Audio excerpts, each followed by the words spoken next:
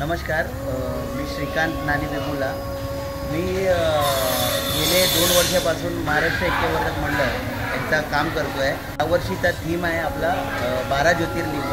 सर्वप्रथम मी महाराष्ट्र ऐक्यवर्धक मंडळ स्पेशली करून आप्पा परडकर साहेब आणि दिनेश काका, जीवन सर आणि विशाल दादा, संतोष दादा हे जे काय संजय काका वगैरे सगळे मला जे काय मदत करतात, मला मोटिवेट करतात। ते गेल्या वर्षी मी स्वामी समर्थांचा मठ बनवलेला आणि यावर्षी मी देखावा करतो आहे ते 12 ज्योतिर्लिंग। यावर्षीचा मेन मंडळाचा एक वैशिष्ट्य आहे, त्यांचा एक ऐतिहासिक निर्णय आहे। जे POPला थोडा प्रॉब्लेम येत होते की त्या कारणामुळे महाराष्ट्र ऐक्यवर्धक मंडळाने एक मोठा निर्णय घेतला आहे। यावर्षी जे आहे शाडू मारुतीची मूर्ती आहे, तर तुम्ही ते मूर्तीचा पण एक वेगळा रूप असेल, ते रूप बघायला तुम्ही नक्कीच या।